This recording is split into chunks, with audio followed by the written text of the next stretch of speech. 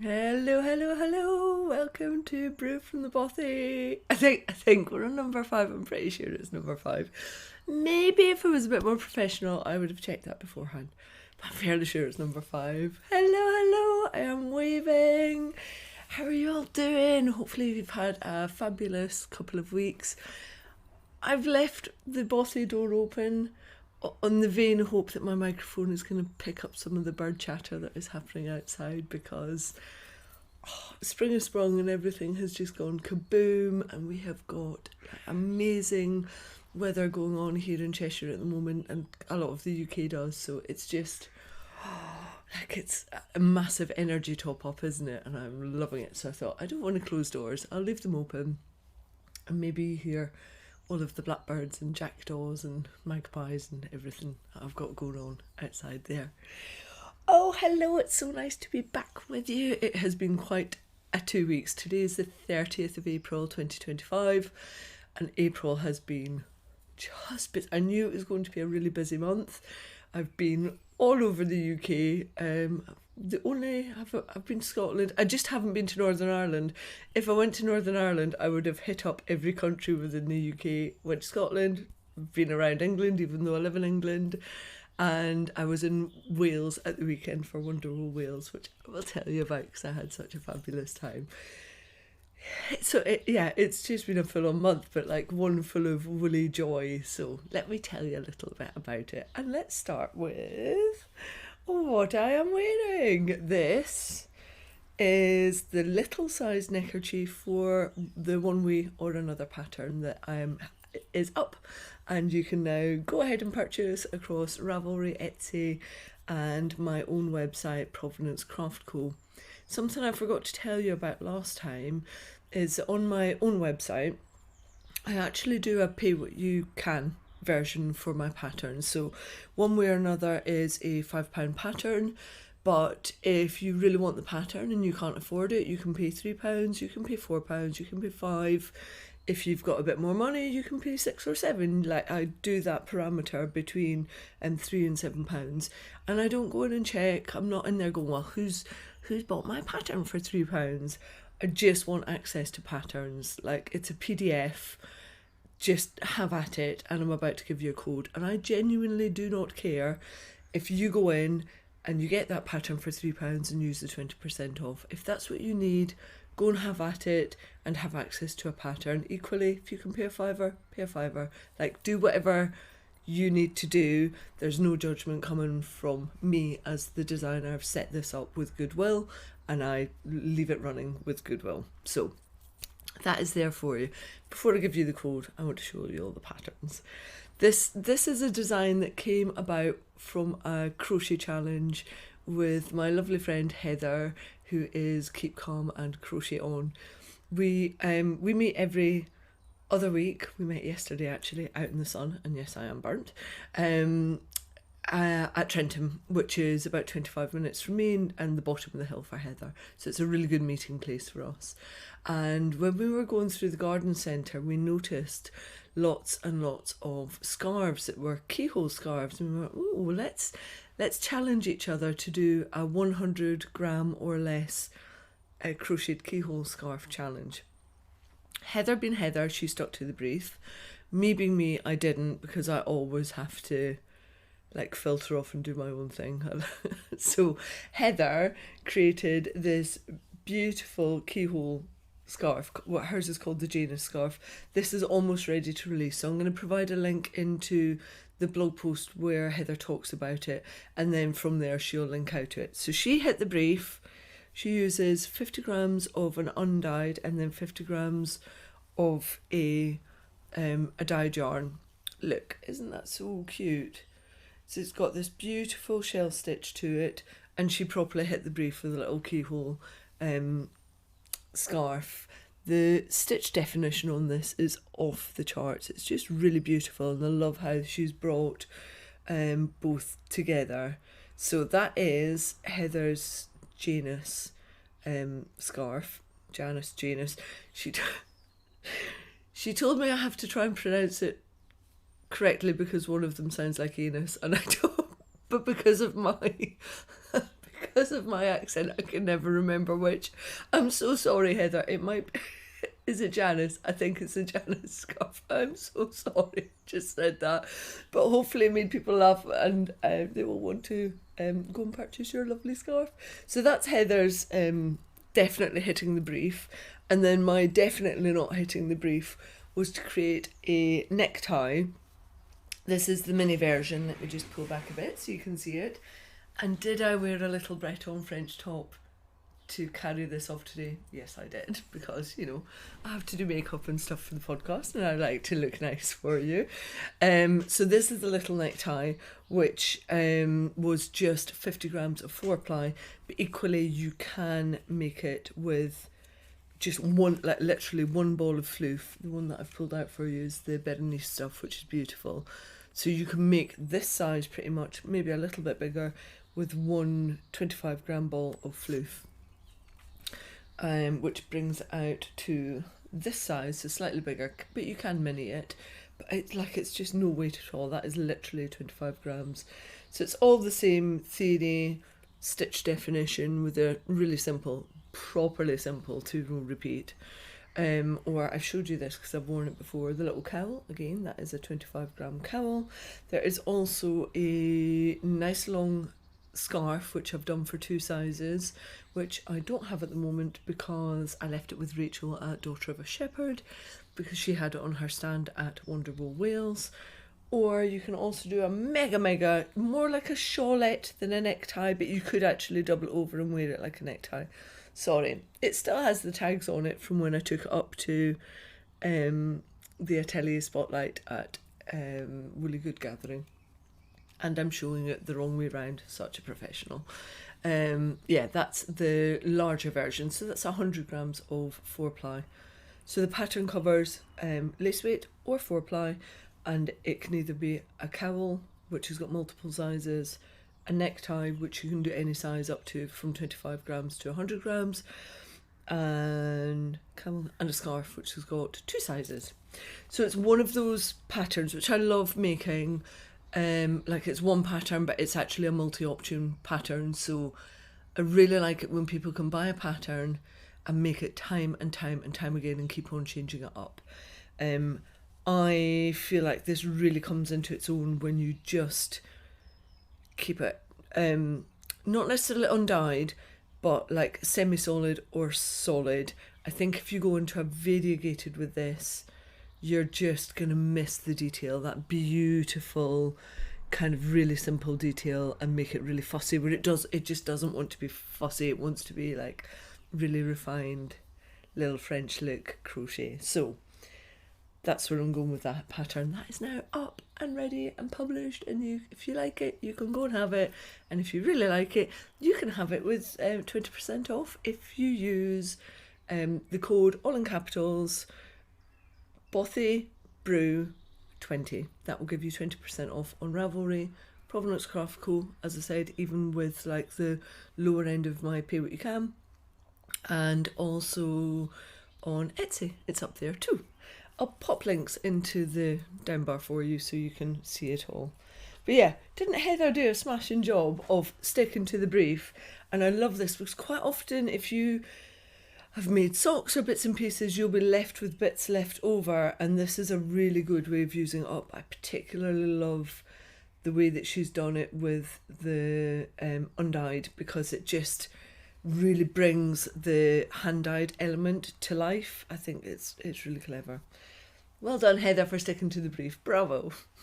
Less so me, because I don't know, maybe I just have issues with authority and I hate maybe being told what to do. We'll see. Well, maybe that's all it is. But it was my own brief. I was the one that came up with the challenge. But maybe I'm so bad with authority, I even have to challenge my own authority to myself. Right, that is enough about that. What else have I got to show you? Let's show you a little bit of knitting. I am so pleased to say that my smock jumper did block out. I should have had more faith in my swatching, because I did swatch for this and I knew it was going to block out, but as I was knitting it, it just looked like properly teeny tiny. It looked like it was never going to fit me, and it really does, and I love it. And I can show you some of the design features. I'd never done smocking like this before. It's a little bit like doing a dip stitch and carrying it along. So let me show you what the jumper is like. My downstairs, that's not the word, Faye. My downstairs top, my base layer top might be a little bit thick to show this off properly, but you can see that I put like a little balloon sleeve on it. Sleeve construction is quite unusual. I've never done anything like this. So it's literally a balloon sleeve, and then you do a load of decreases, but the sleeve actually isn't ribbed. It's just a stockinette stitch sleeve. So you get this lovely continuation, and you can do a massive decrease on it. Let me stand up so you can see how the balloon sleeve really works.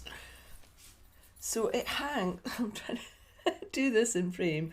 It actually hangs really beautifully because I've made the sleeves slightly longer. They were meant to be 3/4, but I preferred this look. So you get this proper lovely ballooning that is coming down, partly because you haven't got the rib, I think, and so the sleeve can just come down a little bit further. I think it makes it really wearable, and I love it. Now, one of the things that I did struggle with was finding a bind off that would work well enough with a stockinette. I tried, first of all, I tried just like a very standard bind off. That felt too tight and there wasn't enough give in it. So then I tried Jenny's stretchy bind off. This was a very Three Bears scenario, and that was too loose, and it was doing that fluting thing at the edge, which I'm not keen on. So I moved straight to good old crochet, and I just did double crochets, single crochets US, all the way around, and it absolutely did the job. There's enough stretch in it, but a double crochet is strong enough that it's given real durability and structure around that bind off. And one of the things I love about double crochet, because if you continue to do it in the same way that you've been travelling with your knitting, it creates, let's just see if I can get this on screen. Can you see those lovely loopholes that are coming at the bottom? So I've got a front loop and a back loop, kind of as you would with a standard knitted bind off, but I've got a really secure bind off. So I've done that for both, and I did it at the base as well with the 2x2 rib, because I wanted to check both. So hold on, let me just take this off because it's far too hot. I tested it with 2x2 rib as well because I loved it so much on the sleeves, and I was like,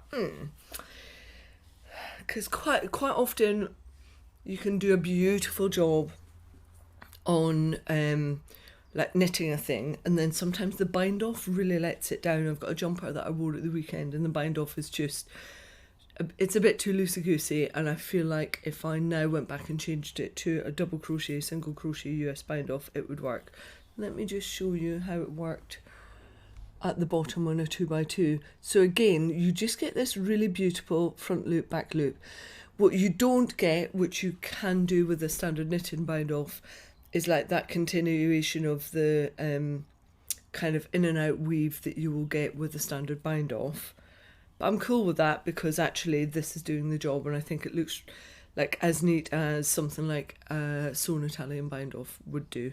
And yeah, I'm just really happy with it. I'm particularly happy that it fits, and I weighed this before I came and started the podcast, and this whole floof, even though it was 2 strands held double, weighs 210 grams. So in terms of like a travel jumper, although it looks really like bulky and warm, it's very, very light. So for a travel jumper, this is just perfection because it's going to keep me nice and warm. I adore the colour, but it's like 210 grams. So like when that's in your suitcase, that leaves room for a lot of wool to come back from wherever you've gone to. Always thinking about future wool purchases. So this was the beautiful Smock sweater by Camerose. I'll pop a link in below as well in case you fancy it. Thoroughly enjoyed it. I took it to the crafting group that I run last week, and there were at least 2 other people that were an almost immediate, I want to make that. So that's always a nice point, isn't it? Yeah, I made it longer, I made the sleeves longer, I changed the bind off, as ever. I always have to fiddle, but pretty much it almost looks like the pattern jumper. And I'm now, if I wasn't already a big enough fan of floof and mohair, I'm now a really big I'm a really big fan of holding it double. Oh, it's so nice, but we're now in like almost heat wave, so it might be a little while until I get to put this to good use. Or maybe it's like an evening sweater while I'm sitting out in the sun. Beautiful Smock sweater, done. I enjoyed every single stitch of that, apart from the wobble in the middle where I thought it wasn't going to fit and it was going to fit my friend Bex. But we got over that. It fits very well. Right, let's have a slurp. I'm on water today because it's so warm. That's better. I'm also ever so slightly, I'm not going to lose my voice, but it's still a little bit croaky from the weekend because I was through at Wonderful Wales. I was working on the John Arbon stand all weekend. They're such a lovely team. I kind of just like go in and sometimes help them with some of their shows because I know a lot about wool and crochet and a good amount about knitting, so I can be on the stand and help to take payments and help guide people with patterns and ideas and colour choices, and I love that. It's really interesting to see what other colour choices people pick up, and also people really struggle to make choices. So like there were two clear themes of the weekend. One, people really can lack in colour confidence and not know what works for them. So I'm going to actually pop a link below for a blog post that I pulled together on choosing colours. It works for like getting complementary colours together, but it also talks about how to get colours that work for you. And interestingly, there is one colour, you may or you may not know this, there is one colour that works for every single skin tone there is, and that is aubergine. Not necessarily that dissimilar to the colour of my settee behind our bed settee. That kind of purpley aubergine colour works for every single skin tone out there. So if you're really stuck, go aubergine because, or what if we call it, what do you call it? Eggplant in America. I think they might call it eggplant in Australia as well. Aubergine eggplant colour is the one that works for everybody. So if you like that colour, that's always a safe bet. That was theme one that came through, is that people really struggle to choose colour.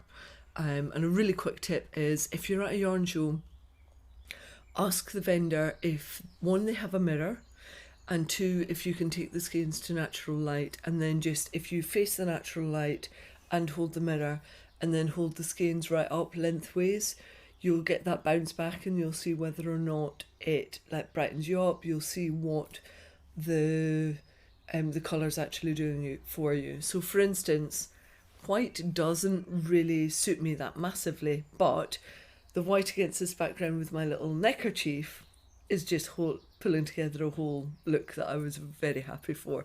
I wanted Chana a little bit of a French look today, so that's what that was doing. Did a slightly more red lipstick today, so that was why. But I wouldn't usually go to white if it was just white on the top. I would chop and change it with something else and bring something else that really suits me closer up to my skin. But generally, companies at yarn shows will be very happy to let you go and take a skein. They might hold your bag hostage if you're going to try and go out with loads of skeins. They're very happy for you to go and test at proper daylight what the yarn colour is going to do for you. The other thing that I know this from like doing lots of yarn shows is people really struggle to understand how to substitute yarn. I have a really good example of this. I was dealing with a customer on Saturday, and she said, "Oh, I need a DK yarn." She showed me her pattern, and I said, "Well, we need to go in and make sure it is a DK." And she said, "But it says it's DK." And I was like, just because a pattern says it's used a DK yarn doesn't mean it's a DK weight. That's just that the company has called that a DK yarn. And when I went into what it was a drops chainette yarn, which does poof up a little bit more, but I still think it would be a struggle to call a yarn that is, it was 390 meters per 100 grams. Absolute slap bang in the middle, what you would call a fingering 4-ply weight yarn, but it was being called a DK weight yarn. So if she's substituting, that pattern can't be substituted for a DK weight yarn. She had to go to a fingering weight 4-ply, and we got her sorted and fine, but people really struggle with that element of knowing what yarn to swap out for. So I need to pull together a blog post on that as well, because it's a real struggle for people if they don't know their yarns and their weights and their bases. Now, what I do already have, and again I'll link to that, is a yarn conversion chart, so that you can see what different countries would call a weight of yarn, because we all use different terminology, and also what the yardage should be for what is that weight, like DK or sport or 4-ply fingering. So I'll pop a link to that. It's a free downloadable, printable download that you can have, which might be quite handy if you're going to yarn shows, if you're going to a yarn shop, to have sat in your bag ready to go, because then you've got a nice reference point. So I'll link to that as well. Now, talking about yarn weights and yarns and wonderful wheels, I have some incoming stash. So John Arbon Textiles have just launched 2 of the shades in their new yarn, which is called Seafarer, which is a sport weight. Sport weight is gaining a lot more traction in the UK as a weight of yarn. It's not one that was like particularly dominant, but it's now getting more and more people are selling sport weight yarns. This one is 300 meters per 100 grams, and that can go up to, like, I would say a sport is anywhere from like a 300 to like a 340. That is like your ideal range for a sport weight yarn. So it's kind of in between a light double knitting and a 4-ply yarn. That's where the sport sits. And this is so nice. I have a skein of this. I did not intend to own buying a skein of this. The colourway is called Kelpie, and it is 90% British wool, which is Exmoor Blueface, Blueface Leicester, Devon Close Wool, Romney and Silk. So it's a proper right old mix. But what you're getting from that is like a softness from the Blueface Leicester and the Romney and the Exmoor Blueface, and then the Devon Close Wool, I suspect, is giving you a bit of crunch and a bit of structure, and then the silk is going to give you a bit of drape and the luster on there as well. So my friends both got one of these, and apparently we're doing another crochet challenge. So that's what I was told. They came and saw me on the stand and went, "You need to get one of these. We're doing a crochet challenge later in the year." So I'll tell you more about this later and who I'm buddying up for my next crochet challenge. One of the benefits of working with John Arbon Textiles, though, and being able to kind of like dip an eye out and help them with bits, is that on the Saturday night I got to see all the sample colours of the new Seafarer yarn. So this is going to be coming out later in the year, and I got to see the full range of some that might make it, some that are definitely going to make it, some that might not make it, and you're not going to be disappointed when you see the colour palette of this. Yes, it's very John Arbon in nature, because they tend to stick to earthy jewel tones, you know, exactly in my wheelhouse, but there are some little surprises in there that I'm not going to talk about, but I think like you'll be quite excited about. That I was like, oh, that's a departure from your normal colourway. So exciting things ahead with Seafarer, and we'll do our challenge in time for the launch of this yarn. But keep an eye out for this if you're after a sport. It's got a really tight twist on it. So in terms of like a crochet yarn perfection, knitting yarn perfection, I haven't yet tried this, but I suspect that the stitch definition on this will be incredible. Looking forward to working with this one. That was yarn number 1 that came in. And then I also got, it was one of those where I found the pattern first, and then I was trying to match up the yarn. So I came across the Astrid sweater, which is a knitting for olive pattern, and this is the next sweater that is going to go onto my needles. Part of the thing with working with the team at yarn shows is it's really nice to wear their yarns. Like this is their 4-ply Harvest-Hughes in blackthorn that I'm wearing on the necktie. So when I'm at the show, it's always good to wear their yarn in like jumper or scarf or whatever form you always try and represent, which kind of meant it was a good excuse to buy another jumper quantity and make up another jumper. So this one is the Astrid sweater. It goes up to a 5XL, and I really love, it's a completely different construction for me. It goes bottom up, and the ribbing is done in such a way that it creates this beautiful curve, and it's got quite nice almost balloony sleeves again, not massively, but I just think this would be really easy to style. I bought this pattern directly from the Knitting for Olive website, but I'll pop a link to it straight into there rather than Ravelry in the drop down notes. And I am going to use, there's a lot of grey going on, but I'm quite loving the grey at the moment. I think it's just a really easy colour to wear with jeans and to dress up and dress down. I also think grey just looks always classy. I just think grey is a really classy look. And you may have noticed, but I really love like jewellery and bespoke handmade jewellery. And I sometimes I like a really plain bit of crochet or knitwear, because then my jewellery is like the shouty piece. That's how I like to approach it sometimes. And I can see this with being worn with some of my nice long jewellery pieces, and just like bringing a different level of elegance to an outfit. But I can also see this being worn with like turn up jeans and a pair of chunky boots. Like, I think it will do lots of things in my wardrobe. So I'm going to make this with the John Arbon Exmoor sock, which is a standard 4-ply sock. They do it in 50 gram skeins, and it is 200 meters, 50 grams. This might be reading a little bit brown on the screen. It's not. It's like a proper true mid-grey with all the textures in it and a little bit of light grey in there. So it's a proper, what's the word that I'm looking at? A melange of grey. That's what it is. It's so sheepy. I know that this yarn is just absolutely delightful to work with, and I know that it works so well with socks, and it is really, really hard wading because it has 10% nylon in there. It is 60% Exmoor Blueface, 20% Corriedale, love Corriedale, 10% Svartblaze, which is most likely what's given those darker tones, and then 10% nylon. It's a really hard wading workhorse yarn, so it's going to be a really hard wading workhorse jumper yarn as well. Just because it says sock on it doesn't mean to say it just has to be relegated to only socks. This is going to make me a fabulous jumper. So that's next on my needles. I might get swatching for that soon. And one final bit I want to show you, because I have made actual progress.